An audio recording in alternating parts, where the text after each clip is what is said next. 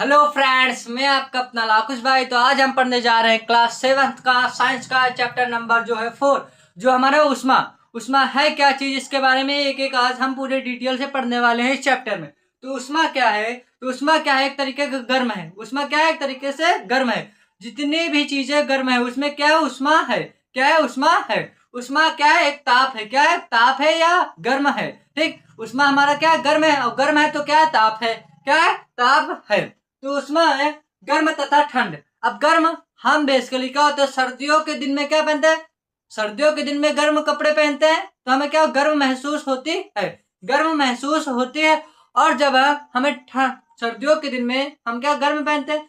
और वैसे ही हमारे गर्मियों के दिन में ठीक, जो हमारे गर्मी में दिन होते हैं उनमें हम क्या हल्के वस्त्र पहनते हैं जो हमें क्या ठंडक महसूस कराते हैं।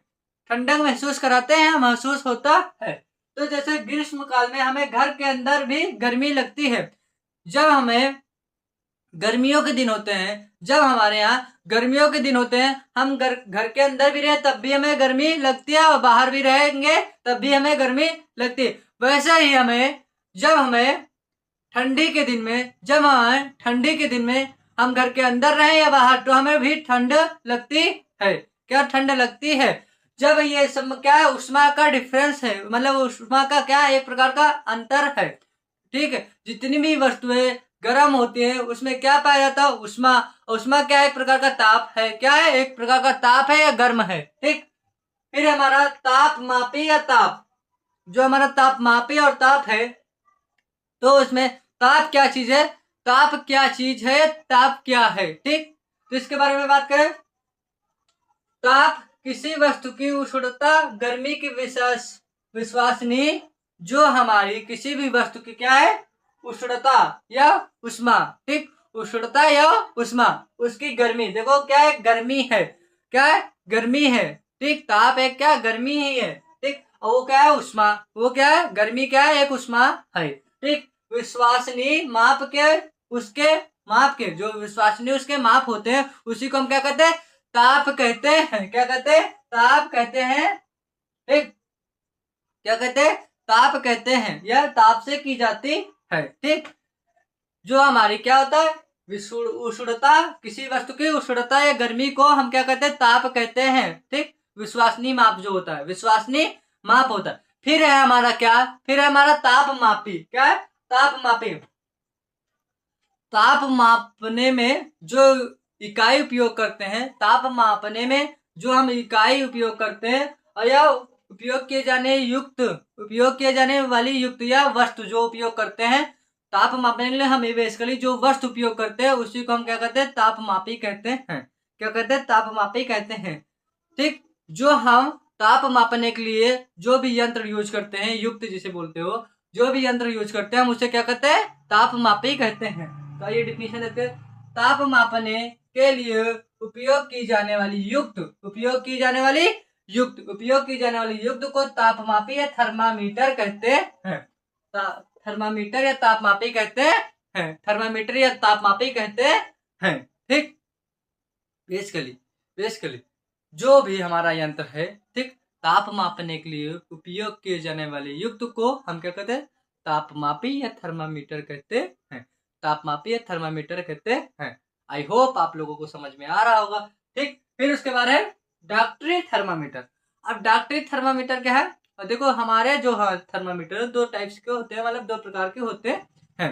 तो एक होता है डॉक्टरी, एक होता है प्रयोगशाला। ठीक, एक डॉक्टरी थर्मामीटर, एक प्रयोगशाला मीटर होता है। ठीक, थर्मामीटर होता है प्रयोगशाला वाला थर्मामीटर और एक डॉक्टरी थर्मामीटर। तो हम डॉक्टरी वाली बात करें।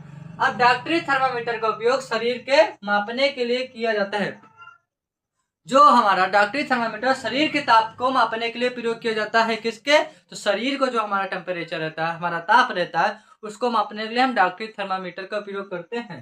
ठीक, इस थर्मामीटर में ताप का परिसर, जो हमारे इस थर्मामीटर में ताप का परिसर होता है वो कितना होता है? तो 35 डिग्री सेल्सियस से किससे?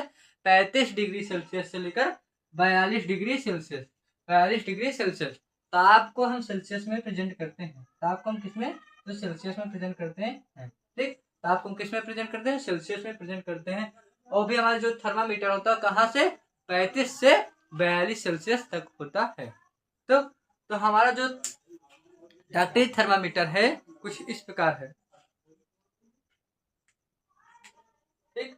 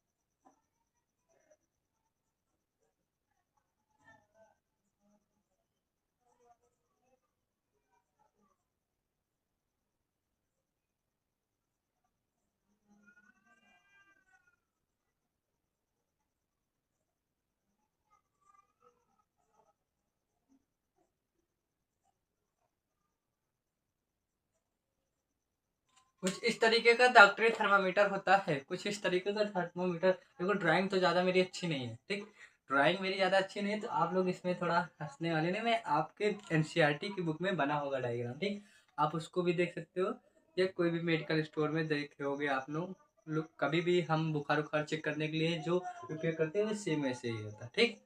तो शायद सा आप लोगों को ड्राइंग देखकर मेरी हंसी आ रही है, तो मेरी ड्राइंग सच में बताओ तो मेरी ड्राइंग ज़्यादा अच्छी नहीं है। मैं आप लोगों को एक तरीके से समझाने के लिए, अब मेरे पास थर्मामीटर था नहीं कि मैं आपको दिखा के समझा सकूँ, ठीक, तो हम समझने के लिए ऐसे ही बना दिए, ठीक है। तो आप लोगों को मैं पूरी कोशिश करूँगा समझाने के लिए। देखो यहाँ का एक बल्ब सा होता है, एक बल्ब सा होता है जिसमें क्या पाया जाता है, ठीक, जो हमारा बल्ब सा होता है उसमें क्या पाया जाता है। पहले तो हमारा ये थर्मामीटर है, ये पूरी स्केल लग रखी है, ठीक। अब देखो यहाँ पे 35 से 42 रहता है, नीचे भी कुछ नंबर दे रखे हैं, ऊपर भी कुछ नंबर दे रखे होते हैं, ठीक। और यहाँ पे भी लाइन्स हैं, क्या लाइन्स हैं, ठीक। और इसमें हमारा क्या भरा होता है, बल्ब में पारा भरा होता है, क्या पारा भरा होता है। अब यह जो हमारा जब नापते हैं शरीर का टेम्परेचर या ताप नापने के लिए जब हम प्रयोग करते हैं तो यहाँ पे ये लाइन्स में ऊपर टेम्परेचर बताने लगता है, और जब हम घटता है ऐसे। अब देख लो ऐसे ही जब हमारे ये मुंह में डालते हैं, डॉक्टर मुंह में डालते हैं, या बुखार में कई बार चेक करने के लिए हमारे साइड में भी लगाते हैं, साइड में भी लगाते हैं, और कई बार क्या होता है मुंह के जीभ के नीचे भी रखते हैं। तो दोनों तरीके से हम मापते हैं शरीर का टेम्परेचर, ठीक। अब देखो इसमें क्या होता है, पारा भरा होता है, क्या होता है पारा भरा होता है, सफेद सफेद सा होता है, ठीक। इस बल्ब के अंदर क्या होता है, पारा भरा होता है। देखो ये यहाँ तक होती है, ठीक, ये यहाँ तक होती है। आपके एनसीईआरटी में पूरा डायग्राम बन रखा है, उसमें देख लेना एक बार, ठीक, आपको समझाने के लिए मैंने बनाया है। तो ये कितने 35 से 42 सेल्सियस है। तो हमारे जो स्वस्थ मनुष्य के शरीर का तापमान कितना होता है, 37 डिग्री सेल्सियस होता है। कितने, एक सामान्य मनुष्य का शरीर का तापमान कितना होना चाहिए, तो 37 डिग्री की सेल्सियस होता है, 37 डिग्री सेल्सियस होता है। अब देखो ये हमारा 35 से और 42 सेल्सियस दे रखा है, 35 से 42, क्योंकि 35 से नीचे का तापमान तो होना ही नहीं चाहिए, एक तो 37 डिग्री तो मिनिमम है। तो एक सामान्य मनुष्य के शरीर में कितना तापमान होना चाहिए, तो 37 ही डिग्री सेल्सियस होना चाहिए। और इससे नीचे इसे, क्योंकि डॉक्टर थर्मामीटर 35 से 42 इस वजह रखा क्योंकि 42 से ज़्यादा भी तो खतरा है ना, 37 तो सामान्य है, 38 हो जाए चलो फिर भी, पर बहुत ज़्यादा हो जाए फिर तो दिक्कत ही है ना, बुखार मान लिया जाएगा, ठीक, तो बहुत हाई हो जाएगा तो फिर ह्यूमन्स बीइंग के लिए मतलब मनुष्य के लिए खतरा ही तो है। तो ये इसलिए 42 मिनिमम रखा गया, और 35 से नीचे भी खतरा है, ऊपर भी 42 से खतरा है। तो यही लिए जो डॉक्टरी थर्मामीटर है 35 से 42 के बीच में ही है, तो इस वजह से इतने नंबर प्रेजेंट किए गए हैं, ठीक। तो आई होप आप लोगों को पूरा अच्छे से समझ में आया होगा, ठीक। तो आप लोग ये ड्राइंग देख के कृपया हंसे मत, मैं भी आपका बड़ा भाई हूँ। हमारा थर्मामीटर है तापमापी, जिसे हम कहते हैं क्या, तापमापी। जो हमारा थर्मामीटर है उसको जो हम अभी तक जो थर्मामीटर पढ़े हैं वो उससे हम सिर्फ किसका ताप माप सकते हैं, तो खाली हम मानव शरीर का ही ताप मापने में प्रयोग करते हैं। जो अभी तक हमने थर्मामीटर के बारे में पढ़ा है वो उससे हम सिर्फ किसका ताप माप सकते हैं, तो सिर्फ मानव शरीर के हर तापमान माप सकते हैं। और अगर प्रयोगशाला तापमापी है जिससे अन्य प्रकार के ताप को हम मापने के लिए प्रयोग करते हैं। अन्य प्रकार के ताप मापने के लिए हम किसका प्रयोग करते हैं, तो प्रयोगशाला तापमापी का। ठीक, जैसे कि अन्य प्रयोजनों के लिए हम प्रयोगशाला तापमापी का उपयोग करते हैं। ठीक, इसका तो हमारा जो प्रयोगशाला तापमापी है। फिर हमारा जैसे कि इन तापमापियों का परिसर होता है 10 डिग्री सेल्सियस से। इन तापमापियों का ताप परिसर कितना होता है, 10 डिग्री सेल्सियस से लेकर 110 डिग्री सेल्सियस तक। 10 डिग्री सेल्सियस से लेकर 110 डिग्री सेल्सियस तक। ठीक, तो मानव शरीर का सामान्य तापमान कितना होता है, तो 37 डिग्री सेल्सियस। कितना, 37 डिग्री सेल्सियस। हम इसको कौन से तापमापी से नापेंगे, तो डॉक्टरी थर्मामीटर से। कौन से, डॉक्टरी थर्मामीटर। उसमें स्थानांतरण कैसे होता है, तो स्थानांतरण मतलब कि उच्च ताप के पिंड की ओर से, जो हमारा उच्च ताप की पिंड की ओर से निम्न ताप की पिंड की ओर स्थानांतरण होता है। जो हमारा स्थानांतरण होता है उसमें का स्थानांतरण कैसे होता है, मतलब किससे किस डायरेक्शन में होता है, मतलब किस दिशा से किस दिशा की ओर होता है। तो हमारा जो ऊष्मा का स्थानांतरण होता है उच्च ताप की ओर से निम्न ताप की ओर होता है। मतलब कोई वस्तु गर्म है तो वो किसकी ओर जाएगी, ठंडी की ओर जाएगी, ठंडी की ओर जाएगी। इसी तरह इसका स्थानांतरण होता है। तो अब जब ऊष्मा का स्थानांतरण 3 तरीके से होता है। एक हमारा चालन होता है, फिर संवहन और विकिरण के द्वारा। ठीक, पहला हमारा चालन, फिर है दूसरा हमारा संवहन, तीसरा हमारा विकिरण। तो ऊष्मा का जो होता है, ऊष्मा का स्थानांतरण 3 तरीके से होता है। पहला है हमारा चालन, क्या है, चालन। फिर दूसरा है हमारा संवहन, ठीक, संवहन। फिर क्या है हमारा विकिरण, संवहन और विकिरण। तो हम है चालन। चालन यह प्रक्रिया जिसमें ऊष्मा किसी वस्तु की गर्म सिरे से ठंडे सिरे की ओर स्थानांतरित होती है। जो हमारी चालन होती है बेसिकली ठंडे, जो हमारी बेसिकली ठंडे होते हैं। ठीक, चालन में क्या होता है, जो हमारा ठंडे होते हैं मतलब ये कोई गर्म वस्तु है, यह गर्म सिरे की ओर से। ठीक, बेसिकली जो हमारा चालन होता है इसमें मेन टॉपिक है कि इसमें ठोस से होता है। ठीक, जो चालन होता है किसमें होता है, तो ठोस के बारे में बेसिकली बात होती है। सबसे चालन में ठोस का प्रयोग होता है, ठोस का प्रयोग होता है। ये गर्म की ओर से ठंड की ओर परिवर्तित होता है, गर्म की ओर से ठंड की ओर परिवर्तित होता है। मतलब ये गर्म ऊष्मा जो है इसमें ऊष्मा का स्थानांतरण कैसे होता है, तो इसमें का जो ऊष्मा का स्थानांतरण होता है गर्म सिरे से ठंडे सिरे की ओर होता है, गर्म सिरे से ठंडे की सिरे की ओर स्थानांतरण होता है। फिर है हमारा जो चालक और कुचालक। जो हमारे चालक है और कुचालक है, तो चालक कौन से है और कुचालक है। चालक वह है जिसमें ऊष्मा आसानी से स्थानांतरित हो जाती है, जिसमें ऊष्मा आसानी से स्थानांतरित हो जाती है। ठीक, यह अपने से होकर गुजरने देती है, आसानी से ऊष्मा होकर अपने से गुजरने देती है, वो क्या है, चालक है। तो इसकी डिफिनीशन देख लो, जो पदार्थ अपने से होकर ऊष्मा को आसानी से जाने देती है, गुजरने देती है, आसानी से जाने देती या गुजरने देती है। जो पदार्थ अपने से होकर ऊष्मा को आसानी से जाने या गुजरने देती है उसे हम क्या कहते हैं, ऊष्मा चालक का कहते हैं, ऊष्मा चालक कहते हैं, ऊष्मा चालक कहते हैं। फिर जैसे कि हमारे क्या फॉर एग्जांपल दे रखा है आयरन, क्या दे रखा, आयरन। आयरन जैसे हम लोहा कहते हैं, आयरन क्या दे रखा, आयरन। फिर हमारा एल्युमिनियम, क्या है, एल्युमिनियम, क्या है बच्चा, एल्युमिनियम। फिर है हमारा कॉपर जो हम तांबा कहते हैं। फिर हमारा क्या, कॉपर जिसे हम क्या कहते हैं, तांबा कहते हैं। फिर हम बात करने वाले कुचालक। अब क्या है कुचालक, जो पदार्थ ऊष्मा को, ठीक, जो पदार्थ, जिन पदार्थों से ऊष्मा, ठीक, ऊष्मा आसानी से होकर नहीं गुजर सकते, जिन पदार्थों से ऊष्मा आसानी से होकर नहीं गुजर सकती उन्हें क्या कहते हैं, कुचालक कहेंगे। जिससे गुजर जाए वो चालक, जिससे ना गुजरे वो क्या, कुचालक। इसकी डिफिनेशन देखते हैं। तो जो पदार्थ अपने से होकर ऊष्मा को आसानी से नहीं जाने देते, देखो ना, जो पदार्थ अपने से ऊष्मा को आसानी से होकर नहीं जाने देते हैं कहते हैं ऊष्मा का कुचालक कहते हैं। जो पदार्थ अपने से होकर ऊष्मा को जाने दे, अपने से होकर ऊष्मा को जाने दे, वो क्या है हमारे ऊष्मा चालक है, ऊष्मा चालक है। और जिससे होकर न जाने दे वो क्या ऊष्मा कुचालक है। तो इसके एग्जाम्पल है जैसे प्लास्टिक है हमारा और क्या लकड़ी है। प्लास्टिक हमारा क्या है और लकड़ी है, ठीक। अब हमारे जो कुचालकों का ऊष्मारोधी भी कहते हैं, जो हमारे कुचालक होते हैं उनको हम ऊष्मारोधी भी कहते हैं। कुचालक को हम क्या कहते हैं ऊष्मारोधी कहते हैं, क्योंकि ये अपने से होकर ऊष्मा को जाने नहीं देते हैं, अपने से होकर ऊष्मा जाने नहीं देते हैं, इसलिए इन्हें हम क्या कहते हैं ऊष्मारोधी भी कहते हैं। और जल तथा वायु ऊष्मा के कुचालक हैं। जो हमारे जल हैं और वायु है ये क्या है ऊष्मा के कुचालक भी हैं, ठीक। फिर हमारा क्या संवहन, क्या हमारा संवहन, ठीक। अब हमारा संवहन क्या है द्रव तथा गैसों में ऊष्मा संवहन का द्रव स्थानांतरित होता है। जो हमारा क्या होता है संवहन होता है, ये किसके द्वारा होता है तो द्रव तथा गैस, द्रव तथा गैस। अब जो हमारा संवहन होता है, ठीक, संवहन होता है वो किसके द्वारा तो द्रव तथा गैस। अब द्रव तथा गैस में ऊष्मा का संवहन, ठीक, ऊष्मा का संवहन स्थानांतरित होता है।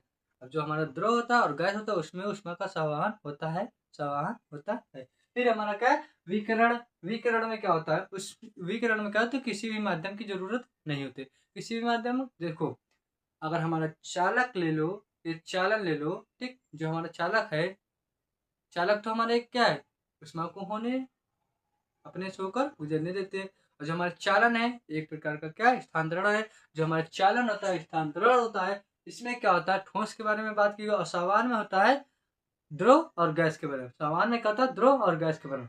पर ये क्या है, पर ये विकिरण क्या है, ठीक, विकिरण क्या है तो विकिरण में होता है किसी भी माध्यम की जरूरत नहीं होती, किसी भी माध्यम की जरूरत नहीं होती, ना ही ठोस ना ही द्रव ना ही गैस, ठीक, ना ही ठोस ना ही द्रव ना ही गैस। देखते हैं डिफिनेशन इसकी।